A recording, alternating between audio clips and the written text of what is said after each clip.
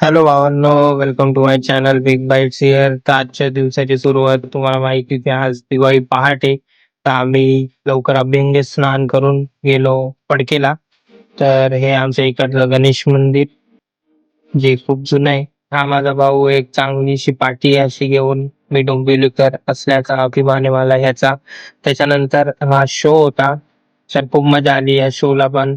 तर खूप मजा येत होती सर्वांना. आणि मला यावेळेस वाटत होतं की खूप जास्त गर्दी होती फडके रोडला. खूप जास्त माझे भाऊ बंधू सर्व जमा झालेले मोठ्या संख्येत.